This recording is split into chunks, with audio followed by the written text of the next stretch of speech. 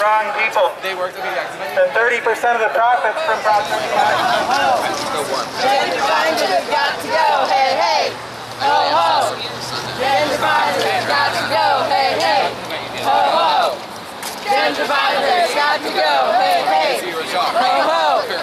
Gender binders got to go, hey, hey. Ho, ho. Gender binders got to go. Tonight,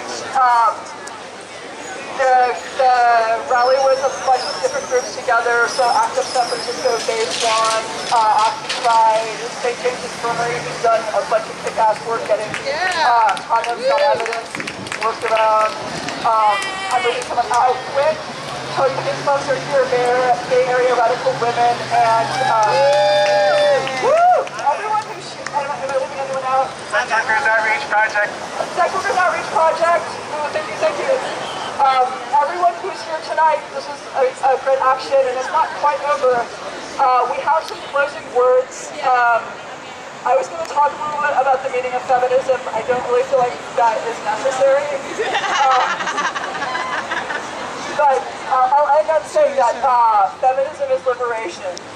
So the rights of one is the rights of all. And with that, I'm going to turn the mic over to, I'm hoping Leigh is out in the crowd. Leigh, are you ready to speak? I want to talk about my friend Shelly Resnick, who was actually tricked by the police in a sting when they used the mention of condoms. They said, the vice cop said to her, are you gonna, the vice cop said to her, my friend Shelly, said to her, are you going to use protection? She said yes, and that was the evidence against her. That proved that she was a prostitute. And this happens again and again. And she, as a result, she had to take a plea deal because she had, and ultimately she left San Francisco. She couldn't work here. Oh, sorry. I've been working on the issue of condoms as evidence. I had in the past, in 1994, the San Francisco Task Force on Prostitution noticed, in fact, that the police were confiscating condoms and using them as evidence against sex workers, and particularly also in the context of entrapment, of asking them if they'd use them. You can imagine how this interferes with your ability to protect yourself. It was shocking, but I'm amazed that we have the political impetus to challenge that, and the work by the St. James Infirmary, all those people who've been involved in that. That was an amazing, brave effort and a successful effort. Thank you so much to the community. Well, I guess we'll see what happens next, but if it doesn't work out, we'll be out on the streets again, right?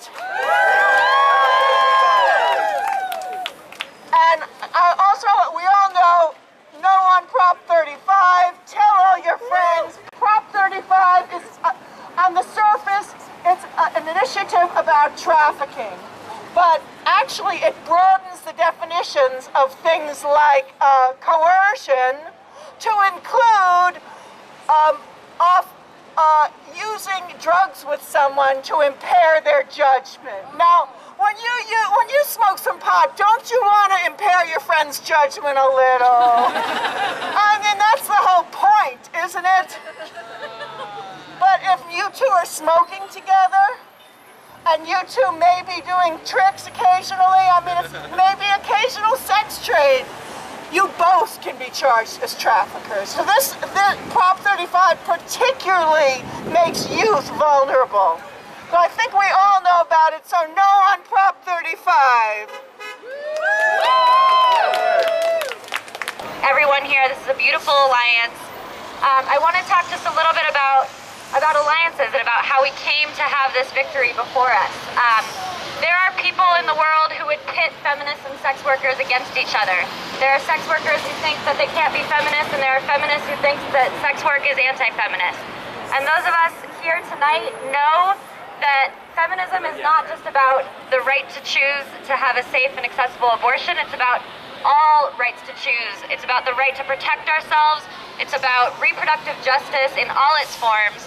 And it is because of people who understood that while they were coming from different positions, we had common goals that we're here tonight. I want to thank the Human Rights Watch and the Human Rights Commission, the DA, the public defender, and those in the SFPD who are willing to change their policy. We need to understand that as a sex worker rights movement, we are often put on the fringe, and we have to believe that we can cultivate allies, that we can teach the general public, that we can lead them to greater understanding of our issues, and that is how we get victories like we have here tonight.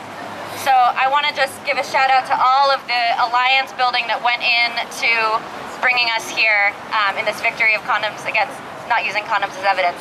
I also want to say that Prop 35, which is probably going to pass, has unfortunately a lot of the discourse around it has been pitting sex workers against the anti-trafficking movement.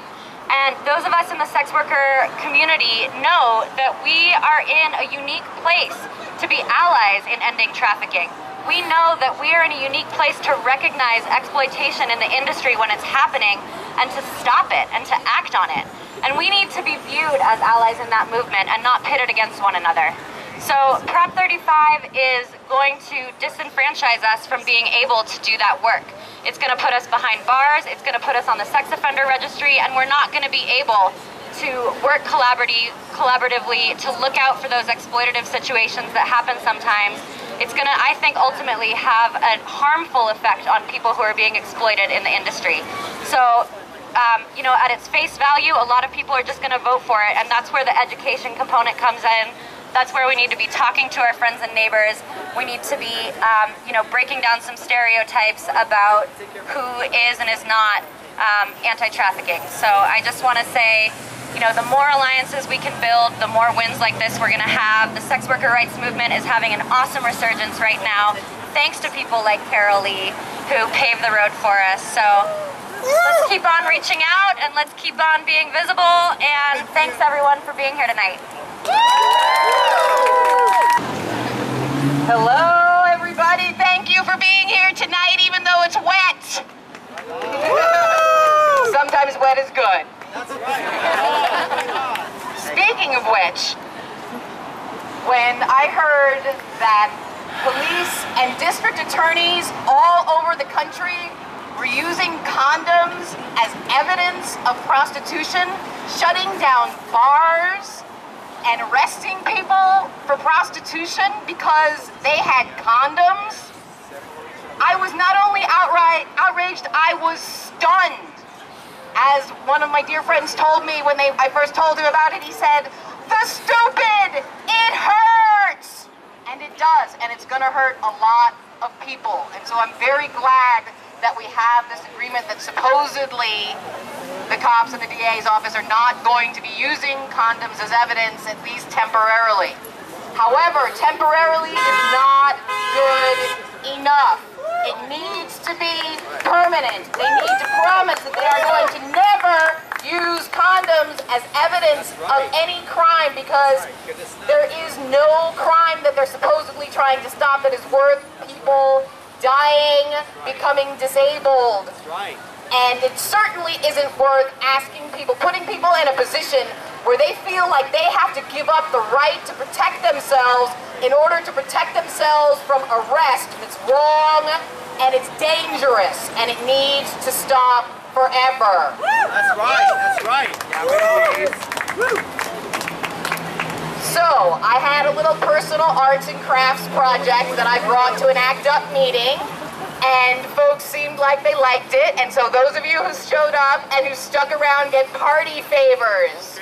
Because I realized if they're trying to use condoms as evidence, then we need to have, every time they try to do that, they need to look at those condoms and they need to get a lecture about how wrong they are. And every time, if they try to use it in court, they need to have to show a jury a lecture about how wrong they are. And we need to give everybody, not just sex workers, everybody, a really, really great First Amendment excuse to walk around with a whole lot of condoms, telling everyone else they should be carrying condoms and why. Right. So where's our party favors, folks? That's right. So what we have here is we have some bags with a statement about how stupid it is and how wrong it is to use condoms for evidence. It says, I signed the pledge, and to protest the use of condoms as evidence, I promise to carry at least 3 condoms with me at all times. So if somebody asks you why you've got so many condoms, tell them it's a First Amendment issue. I'm protesting the use of condoms as evidence, and I'm trying to get everybody else to do the same thing. So take these kids home, give them to your friends, talk to your friends in other cities, because they're doing the same thing in New York, in Washington, D.C., and in Los Angeles, and Alameda, and God only knows where else, and we need to stop it everywhere. So take the condoms, hand them out, carry them around, make your own kits, and pass those out too.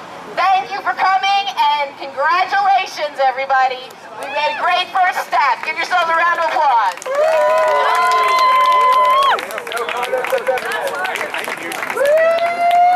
Thank you, everybody.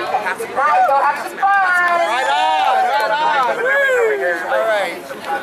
Oh, good idea. May I have Get elected president being on the ballots are invited. October.